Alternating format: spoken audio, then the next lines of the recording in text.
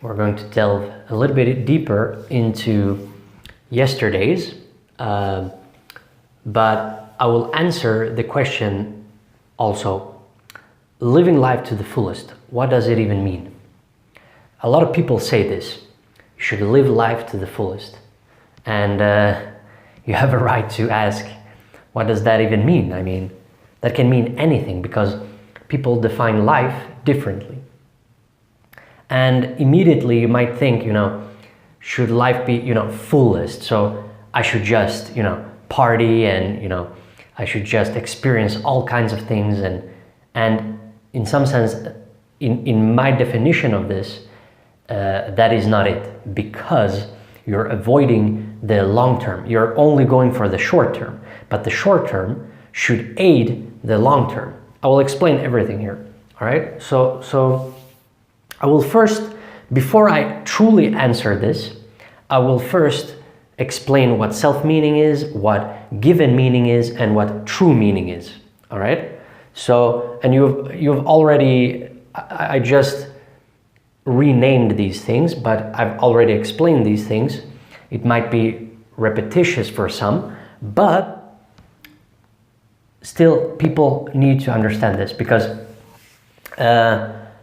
even though sometimes you just have to repeat stuff so that people understand it clearer and clearer. I hope I'm a little bit clearer today. So I'm getting a little bit clearer and clearer on what everything means here, and utilizing the colors as well. So we will start with the red, and the green just explains the transfer, how they transfer, how they're all connected, and so forth. And this is the first, this is the second, and this is the third. All right. So there is meaning here, and meaning here. This is the most important, but this is long term. This is also very important and also very important. I mean, since this is most important, then it has to mean that this is also most important and also, well, by logic, this is more important than this, but still without this, you can't have this. So by that logic, this is more important than this, but this is true meaning and this is self-meaning. So that's why I call it like that, because this is your foundation and this is part of helping you, because this transfers to your foundation, and then this is truly what you're after, because this will give you long term. All right, long term. I should put long term here.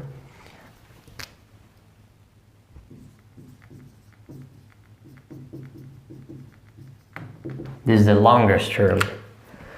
All right, so, but I'm speaking of long term and you still don't know what I'm talking about here. So let's first delve into, all right, so the full human condition.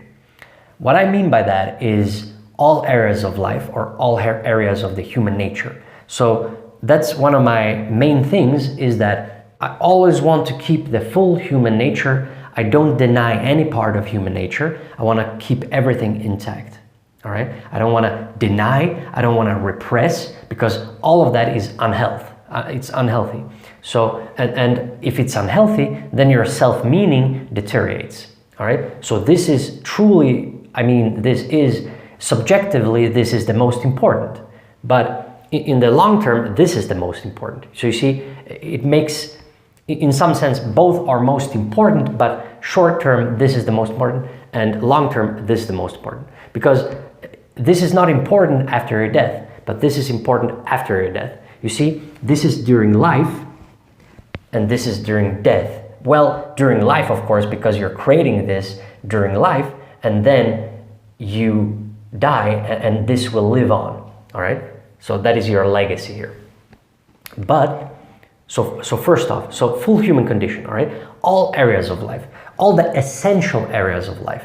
This doesn't mean that you should just party and do things like that. You should do that. I actually believe you should experience that when you're younger, and then when you're done with that, you're done with that. Then you already experienced it. Now you understand what it is. Now you move on. Now you mature. All right. So that's what happened to me. Some people do this later, so they didn't have this when they were younger, and now they're doing this. But you see, it's better when you're younger, because now I'm not even interested in this, and now I have all my life dedicated to my true meaning in life.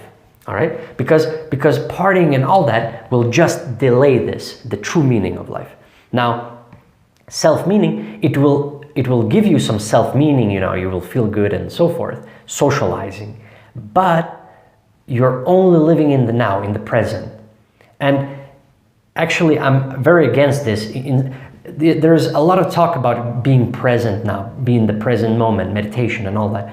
That is important, but you got to understand that is just important for your health in the now. But for this, everything we work in the now works for this, all right? This is the most important, not, you know, not just yourself. You yourself is not truly the most important. Your work is the most important. But subjectively, of course, your own health is the most important, and this supports the work for your work, so to speak. So your own health is the first.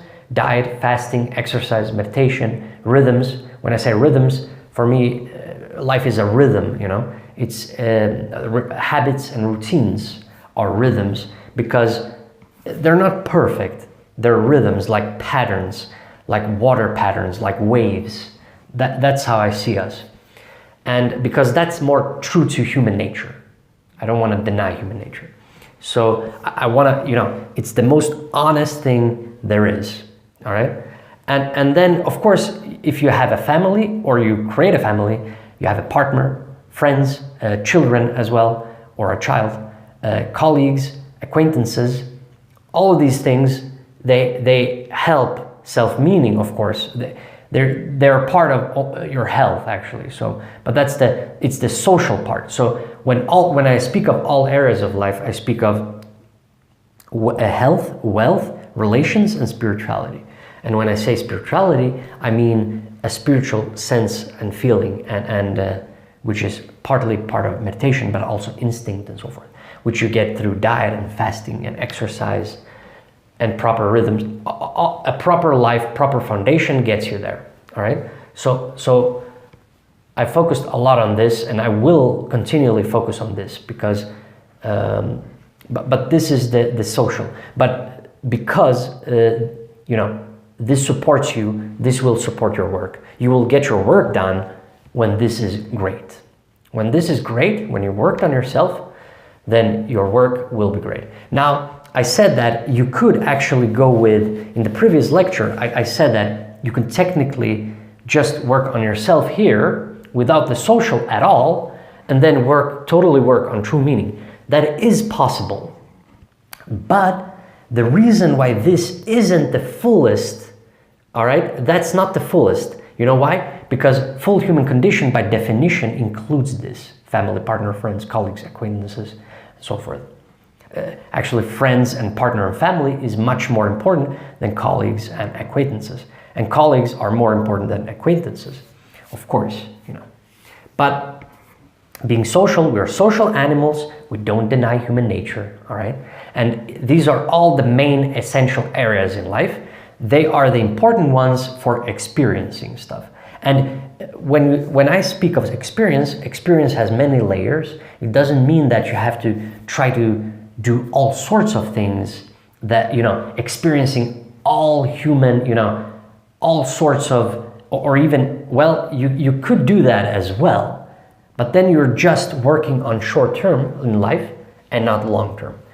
Unless you inspire people and you capture this and so forth, then in some sense, that would be also working on true meaning. So, you know, like extreme sports athletes, for example. But they are never as great as, you know, an author or a philosopher. You know, those are the people that change society. I've never heard of an athlete changing, you know, a whole society, because it's about ideas and creation and creating things. When you're just an athlete, it's not just, but when you're an athlete, I mean, it's great, but you're not truly creating something out of nothing, basically. All right. So that's a big difference. That's why sports is not art. I don't see sports as art at all. Art does not compete, while it doesn't make sense in art. Now I will get into that another day, but in sports it makes sense. Even there, you could actually argue that doesn't quite make sense, but it makes sense. It makes much more sense than in art, for sure. Now, some people think that you can blend art and athleticism, like martial arts, expression, like Bruce Lee. But that's a whole different thing, because it's not truly expression, because in a fight it's life and death, while in a true fight, while Bruce Lee is more expression, that is more art. So, but he's acting and so forth, and acting is art. So to me there is a very clear line there. Now, although of course, in life it gets complicated, so in some sense it might get artistic in the moment, especially if you capture it as well. But it won't change a whole society. It can't change a total, it can't change culture. I mean, what makes Bruce Lee great now is his ideas. That is what holds him up still, not the fact that he had a great body and so forth. So you see, his self-meaning is not that meaningful today, because he's dead, and this is only for yourself. So when you're dead, this vanishes, and this vanishes as well when you're dead, because you can't give meaning unto others after your death, but you can through true meaning. Here you can. So that's why this is most important. Ultimately, this is the most important. But short term, this is the most important. And this also second after this. All right, so it's in order here. But the third is actually, the most important. But you could live a life, like I said, you could live a life where you just work on yourself and your work, your legacy, and that's it. You could do that. You could skip all the second, technically, and you could skip even the social. But like I said, all right, now I'll explain exactly why that isn't as great as full human condition, because you're missing out on this. It's obvious. It's right here. All right. So you're missing the complexities of this, and when you're missing this isn't as rich. This isn't as rich. You remove this, the social. You remove this, giving meaning unto others, and then thus self-meaning won't be as rich, and because self-meaning won't be as rich, your work and legacy cannot be as rich, because everything that goes to self-meaning and then gets transferred into true meaning in your work, that directly affects your work and the way you can create, greatness let's say you're an author. Let's say you're an author. So if you have friends and all of these things, and if you have a great life and so forth, but not just great life, you always have struggle, of course.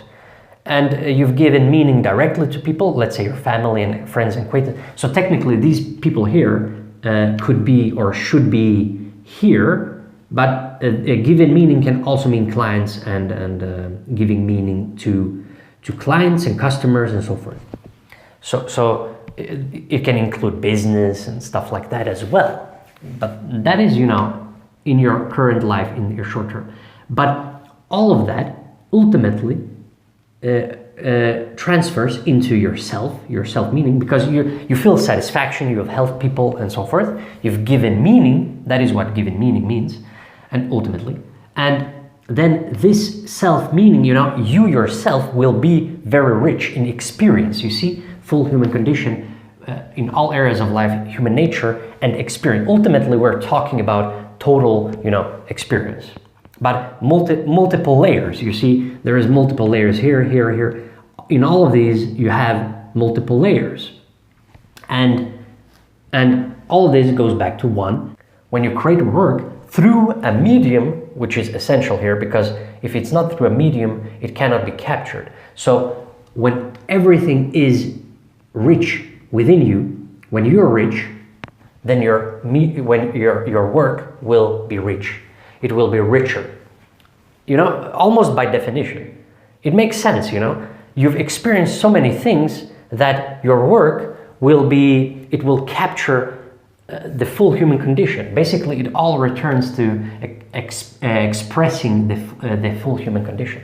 Essentially, true meaning means expression. So art is a lot of here, or philosophy or art, because ideas as well. So it gets here. So that's why I always speak of the creator. The philosopher artist is technically the ultimate thing that can create most meaning in life, by my definition, actually.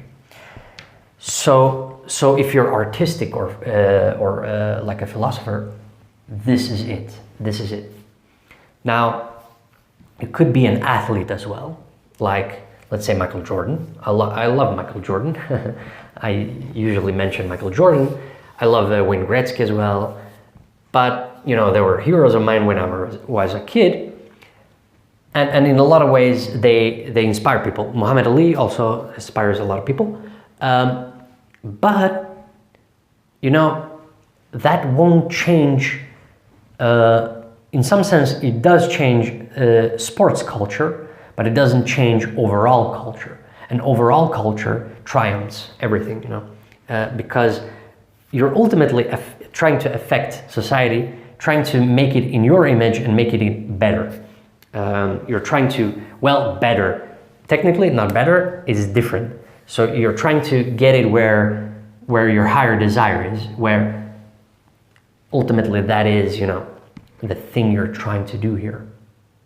But I focus on the few because the few are the great. So in a lot of ways, you know, if the masses will be affected by this, then great. But there is, you know, I don't expect that, because I don't expect the masses to even understand, you know. They will think that this is just nonsense, for example. Now, I don't care about that. All right, so, you know, the greats don't care about that. They just move on. They're just like a force, all right? And when I speak of true meaning, when I say true meaning here, I mean that which most delays one's decreased relevancy. You know, your relevancy decreases through time because, you know, obviously, you know, we've forgotten there are a lot of philosophers we don't know about in history, and most die out, and we keep the greats. You know, the greats are what's kept, basically, more or less. Not always, but more or less. But the closer we get to today, we have more information, and the lesser we have greats, actually. So in some sense, time gives you the greats. But also, like I said, faith, but it's not, you know, you have faith in your work that it will be, but not just faith, you will make sure that it is. But how do you make sure that you will always be remembered and have a legacy and, you know, immortality through meaningful work? That is what you're doing here. All right, and ultimately this means given as much meaning from yourself as possible, fully lived life. You see, it goes back to this, but expressed this, you know, yourself in an expressed form, and that is true meaning. All right, so, and it has to be expressed, and philosophy ultimately is expressed. It is an expression. So ultimately everything is art here, technically. So that's why I always talk about core art philosophy. What I'm saying here, ultimately, what does it even mean, all right, to the fullest? You put all your strength here. Everything you're doing in life, in the short term, is and supports this. It should support this, all right? Because you know that this is the long term, this is afterlife. After your death, you're still alive. Through, let's say if you're an author, through your work, you're still alive. You know, people still read Hermann Hesse. People still read Mark Twain. People still read Dostoevsky. All right? They all are here. Those Those three, they're here, all right? Even though this doesn't exist anymore for them, this doesn't exist anymore for them, this doesn't exist anymore for them, doesn't matter. This is meaningless now because we have this. This is where their meaning is, their true meaning lies, all right? This is not true meaning. This is true meaning only during your life. This is true meaning only during your life, but this is not true meaning long term in the almost like cosmos perspective, all right? I don't like the cosmos perspective, but in some sense, you know, that is it, you know, but not just cosmos, you know, on earth. So society and culture and people and other people. So actually, so you need the masses, you need people, other people, well, not the masses, but at least some people that still not just consume, but, you know, read and take it to heart. That's why I don't like the word consume, because it's not just consuming random things, you're taking to heart, you know. When you read Dostoevsky, the work sits with you for a very long time. That's true meaning in that sense, in art. And that's more in art, actually. So that's more of an art discussion. But still, it belongs here, all right? So you got to be a creator. So living life to the fullest, what does it even mean? So to the fullest means that you work on all of this, on yourself and on your social side, on your wealth side, on your health side, and your spiritual side. Those sides, you work on that, and all those things will make you yourself and your life richer, and this richness will transfer and support the true meaning, which is your work, and your work will ultimately be the fullest in your life, all right? Ultimately, because it is even after your death. So that's the only way we can hijack this.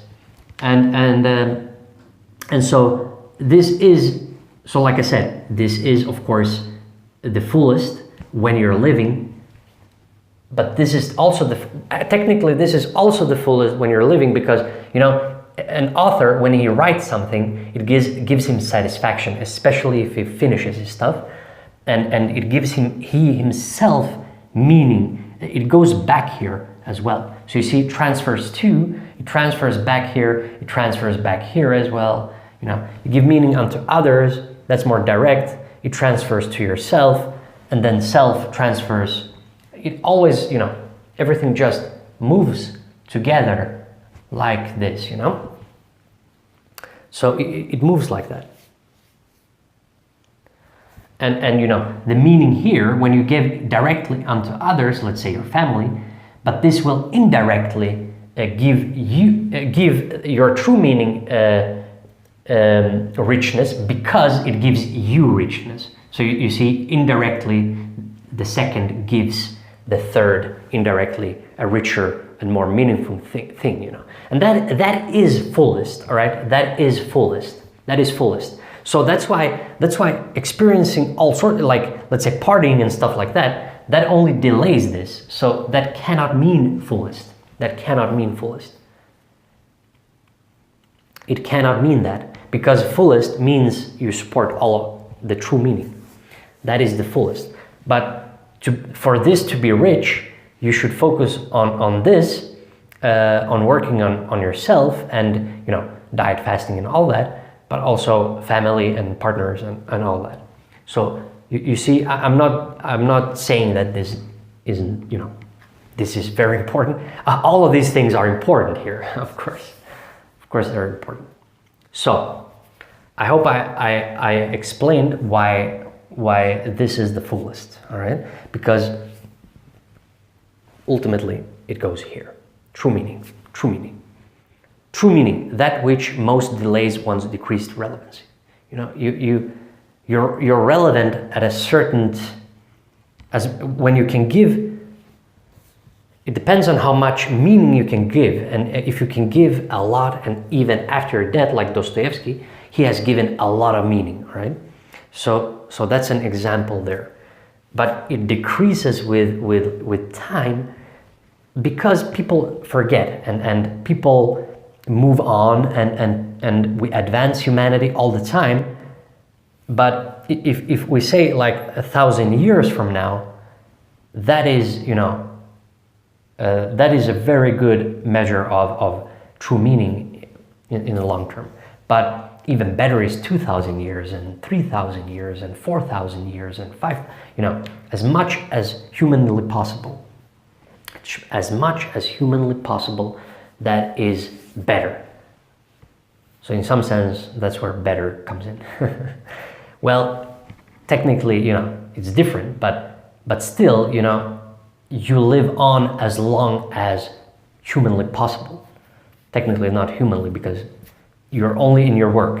The same way I always think of Zarathustra. When I read Zarathustra, I can feel, or any work of Nietzsche, you can feel him. And when you can feel this author, a philosopher or an artist, well, he was both, and when you can feel this, that is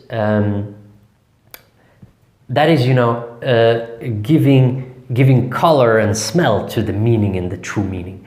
It gives a richness. It has a lot of richness because he had a rich inner life, a lot of conflict, and he had some relationships with women and so forth.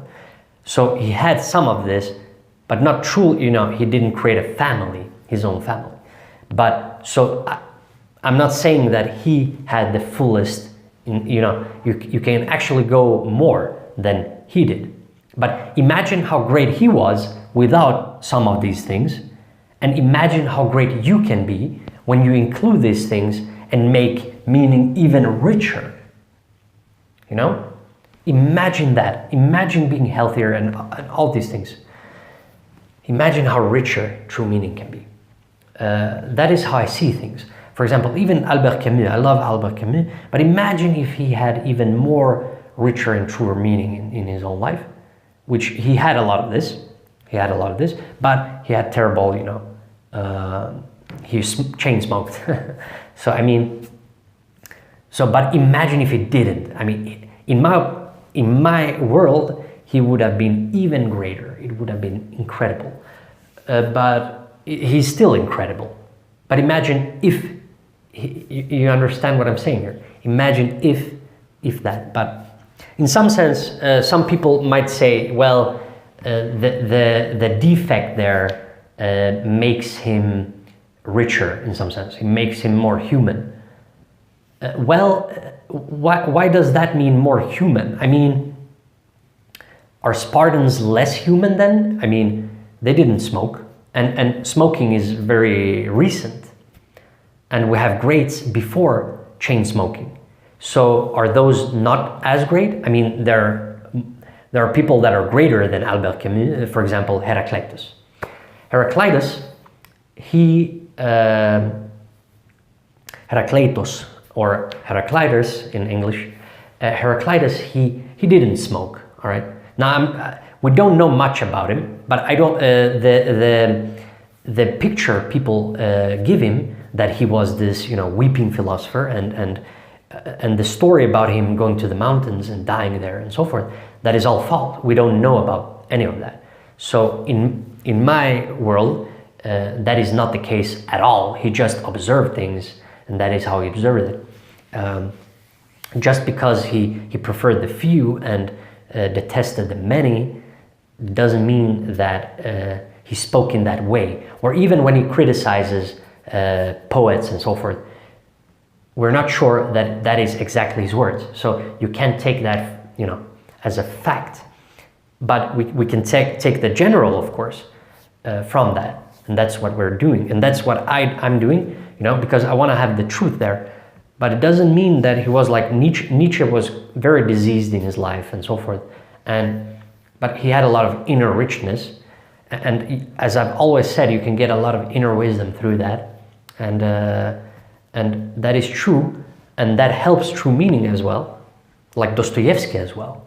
A lot of these greats I mentioned aren't happy, but I'm not talking about happy actually. Like last lecture, it's a struggle. Life is a struggle, but it means you still love it. All right, that is amor fati. Nietzsche, he struggled, but he loved his life still. He loved himself and so forth, and that is important for your work. So that's why he is great, and he has a lot of this fullest. But I'm imagining things that can be even greater, you know, overcoming. He always speaks of overcoming. Humanity is something to be overcome, Nietzsche says. Now, I don't believe you can overcome totally, because we need, so you see, we need fear and we need these things. That is part of struggle, and that is what makes this richer. Of course, you know, full human condition includes suffering and, you know, satisfaction and happiness.